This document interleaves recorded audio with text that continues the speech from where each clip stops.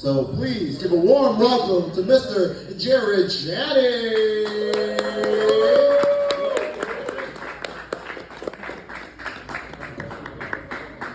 Good evening, folks. Hello. I really, what Nick said about having like the two first names really hits home. Give it up for Casey Anthony, everybody. If you know, you know. I wasn't going to start the show like that. I was actually planning on talking about how people like you guys like Target so much. But, I shied away from that joke a little bit. As much as some of y'all love Target, I hate Target.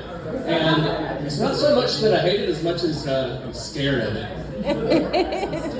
So back when I was 17 years old, my second job, I got hired as a cashier at Target. And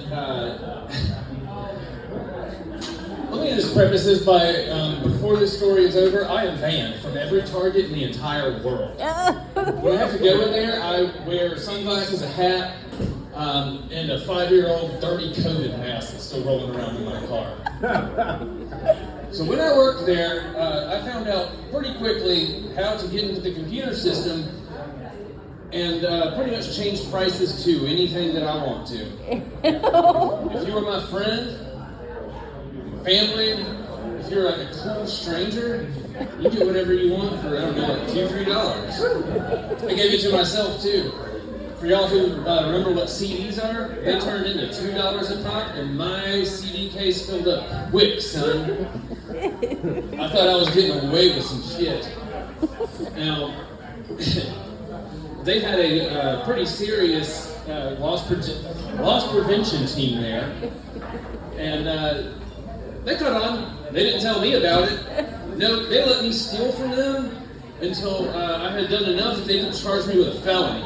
And that's exactly what they did. There was no warning. It was just like, hey, buddy, hands behind your back, in the car, now. They never actually fired me. Might still work there. So, I'm not trying to find out. I hate that place. So, when you get arrested like that, of course, you know, you're going to get fined, you're going to be on probation.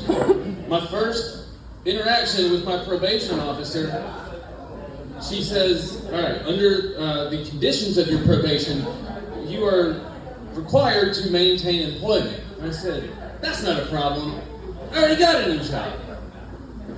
It was at this little joint called Paul's Barbecue. It was a pretty decent job. I met some cool people there.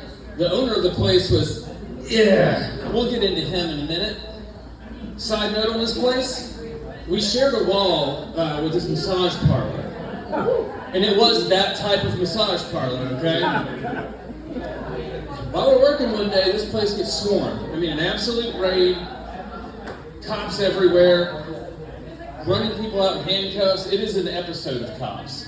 And Paul, the owner of this place, he's standing there, you know, he's kind of like a old conservative guy, a bit of a curmudgeon. And he's standing there like, good. Get that filth out of my town. I had a completely different reaction. I'm standing there like a child who just is watching his balloon float away out of his hand like, no! Come back! Understand that I just found out that this is what this place was. I'm a 17-year-old virgin. I would have given them business. I'm watching my hopes and dreams disappear into a paddy wagon. Come back! Yeah, honestly, I think the guy made like a bad business decision. Because I think that he's the one that called the cops on him in the first place. He's totally the type of guy that would go get himself a handy in an establishment and go call the police about it after he's done it. Oh, Poor him, right? Aw. Fuck him. So, after all this goes down, I'm just like, he should have just knocked that wall down, merged the businesses, dude. It can be Paul's Barbecue Jack Shack and make a killing. You would get so many hungry dirtbags in there, face down in a pile of pulled pork with a hole cut in the table he's laying on. Hand over fist, sir. Nope. Anyway, after all of that happened, I get called back into his office a couple of weeks later. Not about that. No, he's like, Jared, I'm going to have to let you go. And I was confused. I'm like, for what? Well, I got a call from a probation officer this morning asking about your state of employment. And you failed to tell me that you were on felony probation for theft at your previous job. I'm like, yeah, no shit, I didn't tell you that. Why would I do that? Do I hate myself? So he figured that was grounds to fire me. Nope, know what I could do about that. However, 2 weeks later, I go to my probation appointment. She's like,